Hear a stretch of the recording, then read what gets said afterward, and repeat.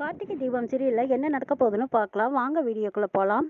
கார்த்திக் கும்பாபிஷேகம் நடக்கிற இடத்துல எல்லாரும் ஜாம் ஜாம்னு கோயில் களை கட்டி இருக்கு. எல்லாரும் கும்பாபிஷேகத்துக்காக காத்திருக்காங்க.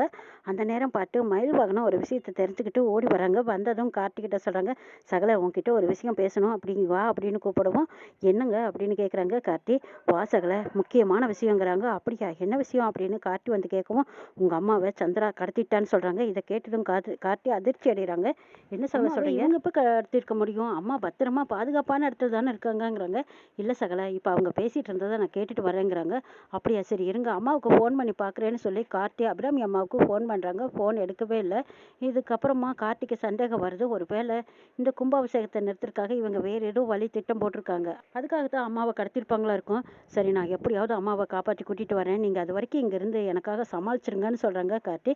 சரி சகல, நீ பத்திரமா பார்த்து போய் அம்மாவை காப்பாற்றி கூட்டிகிட்டு வா அப்படின்னு அனுப்பி வைக்கிறாங்க மயில் வாகனம். சிவனாண்டி அனுப்பிச்சு வச்ச ஆளுங்க அபிராமி அம்மாவை கடத்திருக்காங்க.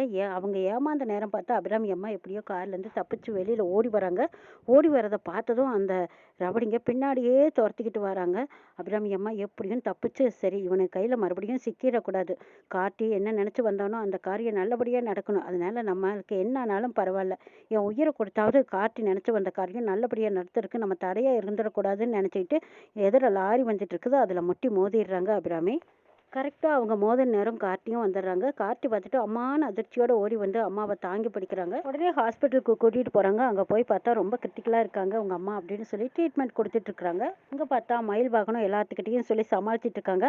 அம்மா, கார்த்தி இவ்வளோ நேரமாக இங்கே தானே இருந்தேன், கும்பாபிஷேகம் முடிகிற வரைக்கும் இருந்த கார்த்தி இப்போ எங்கே போயிட்டாரு அப்படின்னு ஆளாளுக்கு தேடிட்டு இருக்காங்க. மயில் வாகனம் யாருக்கிட்டையும் எதுக்கிட்டையும் சொல்லாமல் அமைதியாக இருக்காங்க. அப்புறம் மயில் வாகனம் கார்த்தியை கூப்பிட்டு, இதை பார் கார்த்தி, என்னால் சமாளிக்கவே முடியல, பாட்டியிலேருந்து ரேவதியிலேருந்து எல்லாரும் உன்னை கேட்குறாங்க, நீயா ஏதாவது பேசி சமாளி அப்படின்னு சொல்லவும், சரி நான் பாட்டிக்கிட்ட பேசிக்கிறேன்னு சொல்லிட்டு கார்த்தி பாட்டிக்கு ஃபோன் பண்ணி சொல்கிறாங்க. பாட்டி, நான் ஒரு விஷயம் சொல்கிறேன், நீங்கள் யாருக்கிட்டையும் சொல்லிடாதீங்க, மயில் வாகனத்துக்கூட நீங்களும் வாங்கன்னு சொல்கிறாங்க. என்னப்பா கார்த்தி சொல்கிற, எங்கே கூப்பிடுற அப்படின்னு கேட்குறாங்க பாட்டி. பாட்டி, கொஞ்சம் ஒரு முக்கியமான இடத்துக்கு நீங்கள் வாங்க அப்படின்னு சொல்லவும், சரின்ட்டு பாட்டி மயில் வாகனத்தோட வராங்க. ரேவதி கார்த்திக்கு ஃபோன் பண்ணி, எங்கே இருக்கீங்க, இவ்வளோ நேரமாக உங்களை நாங்கள் தேடிக்கிட்டே இருக்கோங்கிறாங்க. அப்படியே ரேவதி, நான் ஒரு இடத்துக்கு வந்திருக்கேன், நான் வந்துட்டு சொல்கிறேங்கிறாங்க.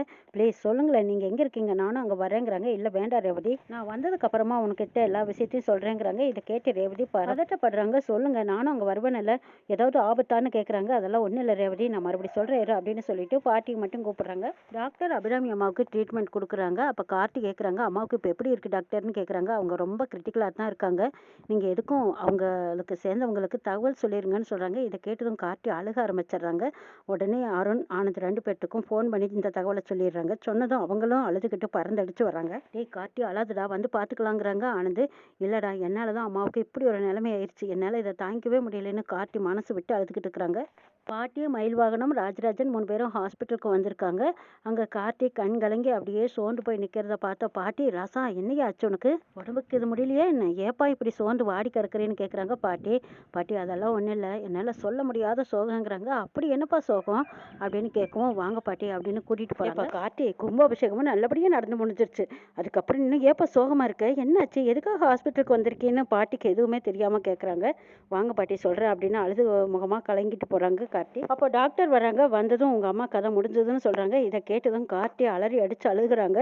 பாட்டிக்கும் எதுவுமே புரியல. என்னப்பா ஆச்சு, அபிராமிக்கு என்னாச்சு அப்படின்னு கத்தி கதறாங்க. மயில் வாகனம் என்ன சொல்கிறதுனே தெரியாமல் ஆறுதல் சொல்ல முடியாமல் தவிக்கிறாங்க. ராஜராஜனும், ஐயோ இவ்வளோ வருஷத்துக்கு அப்புறம் என் தங்கச்சியை பார்க்கலான்னு ஆசாசியாக நினச்சேனே, 2 குடும்பமும் ஒன்று சேர்ந்து சந்தோஷமாக இருக்கலான்னு நினச்சேனே, இப்படி ஆகிப்போச்சேன்னு அவர் ஒரு பக்கம் கத்தி கதறாங்க. யாருக்கு என்ன பதில் சொல்கிறதுனே தெரியாமல் கார்த்தியும் அழுதுகிட்டு இருக்காங்க.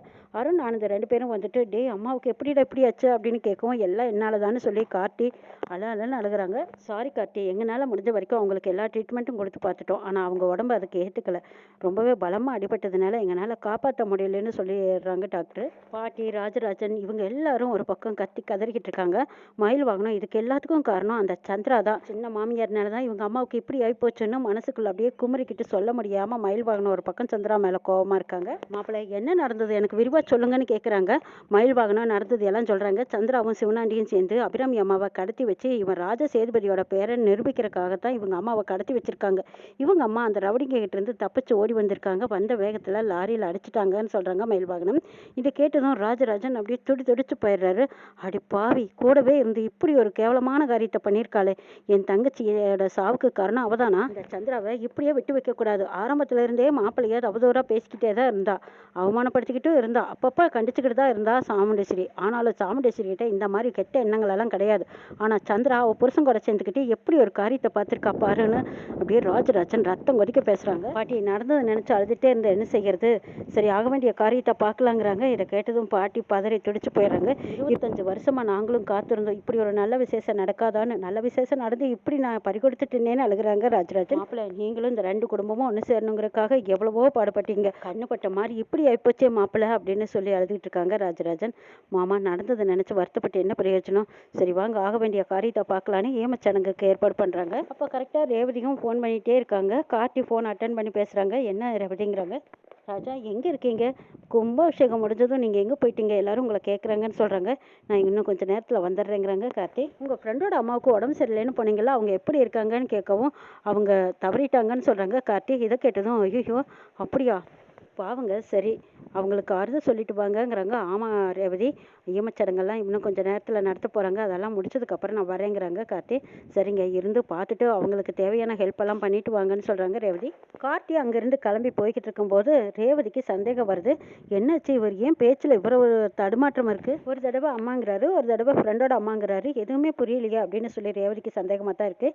இங்கே பாட்டி, மயில்வாகனம், ராஜராஜன், அருண், ஆனந்த், கார்த்தி எல்லாரும் காட்டுக்கு போயிருக்காங்க. காட்டுக்கு கொண்டு போய் அபிராமி அம்மாவை அடக்கம் பண்ணுறதுக்காக முறைப்படி சடங்கு சம்பிரதாயங்கள் எல்லாம் நடத்திட்டு இருக்காங்க. பாட்டி, அருண், ஆனந்த், கார்த்தி எல்லாரும் போயிருக்காங்க. அருண், ஆனந்த், கார்த்தி 3 பேரும் தாய்க்கு செய்ய வேண்டிய கடமைகளை செஞ்சுட்டு இருக்காங்க. இதை பார்த்து பாட்டி குமரி அழுறாங்க. ராஜராஜனும் தன் தங்கச்சி இவ்வளோ வருஷத்துக்கு அப்புறம் வந்திருக்கா, இப்போ எல்லாரும் சேர்ந்து ஒன்றா ஒத்துமையாக இருக்க முடியாமல் போச்சே அப்படின்னு கதறாங்க. சடங்குகள் எல்லாம் முடிஞ்சு பாட்டி வீட்டுக்கு தான் வந்திருக்காங்க கார்த்தி, அருண், ஆனந்த் எல்லாரும். இங்கே ரேவதி பார்த்துட்டு பாட்டி வீட்டில் வந்து பார்க்குறாங்க. இங்கே கார்த்தி அழுதுட்டு வந்துறாங்க. அவங்க ராஜராஜன், பாட்டி எல்லாரும் கார்த்திக்கு ஆறுதல் சொல்கிறாங்க. இதை பார்த்த ரேவதிக்கு ஒன்றுமே புரியல. எதுக்காக கார்த்தி இப்படி மேல் சர்ட்டு கூட போடாமல் இப்படி வந்திருக்காரு, ஏன் இப்படி கலங்கியிருக்காரு, நெத்தியில் திருநீர் வச்சிருக்காங்க, ஏதோ ஒரு சடங்கு சம்பிரதாயம் எல்லாம் பண்ணிட்டு வந்த மாதிரியெல்லாம் இருக்குது அப்படின்னு ரேவதிக்கு சந்தேகமாக இருக்குது. இருந்தாலும் இது எப்படி கேட்கறதுன்னு கேட்காம அமைதியாக இருக்காங்க. எல்லாரும் சோகமாக வந்திருக்கிறத பார்த்த ரேவதிக்கு சந்தேகமாக இருக்குது. என்னாச்சு இவங்களுக்கு, இவங்கெல்லாம் ஏன் இப்படி ஒன்றா சேர்ந்து போயிட்டு வந்திருக்காங்க, ஏதோ ஒன்று நடந்த மாதிரி எல்லாம் இருக்குது. ஒருவேளை அந்த அருண், ஆனந்தி இவங்களுக்கு ஃப்ரெண்டாக இருக்குமா, அவங்க அம்மா அப்பாவுக்கு ஏதாவது ஒன்றுன்னா இவங்க ஏன் அழகணும் அப்படின்னு கார்த்தியை பார்க்குறாங்க. ஆனால் அவங்க எல்லாருமே கார்த்திக் தான் ஆறுதல் சொல்லிட்டு இருக்காங்க. கார்த்திக் எதுக்காக ஆறுதல் சொல்லணும் அப்படின்னு ரேவதி இதை கேட்கவும் முடியாமல் அப்படியே மென்னு முழுங்கி தவிச்சிட்டு இருக்காங்க. கார்த்திக்கு ஒரு டவல் எடுத்துகிட்டு வந்து குடும்பம் ரேவதிங்கிறாங்க பாட்டி. ரேவதி அந்த பீரோ நேக்க போகிறாங்க. அப்போ தான் நினைக்கிறாங்க, ஆமாம் அன்றைக்கி பாட்டி ஒரு ஃபோட்டோ எடுத்து வச்சாங்கல்ல, அது என்ன ஃபோட்டோவாக இருக்கும் பார்க்கலாம் அப்படின்னு சொல்லி அந்த ஃபோட்டோ எடுத்து பார்க்குறாங்க. பார்த்ததும் ரேவதி அதிர்ச்சி அடைகிறாங்க. அதில் கார்த்தியோட அம்மா, பாட்டி, தாத்தா எல்லாரும் இருக்காங்க. அதை பார்த்ததும் ரேவதிக்கு சந்தேகமாக இருக்குது. அப்போ கார்த்தியோட அம்மா இவங்க தானா, இவங்க நம்ம பாட்டி தாத்தா கூட இருக்காங்கன்னா அப்போ உண்மையான ராஜ சேதுபதியோட பேரன் கார்த்தி தானான்னு யோசிக்கிறாங்க. ஃபோட்டோவை பார்த்ததும் இதை பாட்டிக்கிட்ட கேட்டதான் உண்மை தெரியும்னு சொல்லி பாட்டி போய் பார்க்குறாங்க. பாட்டி, எனக்கு ஒரு உண்மை தெரியணுங்கிறாங்க.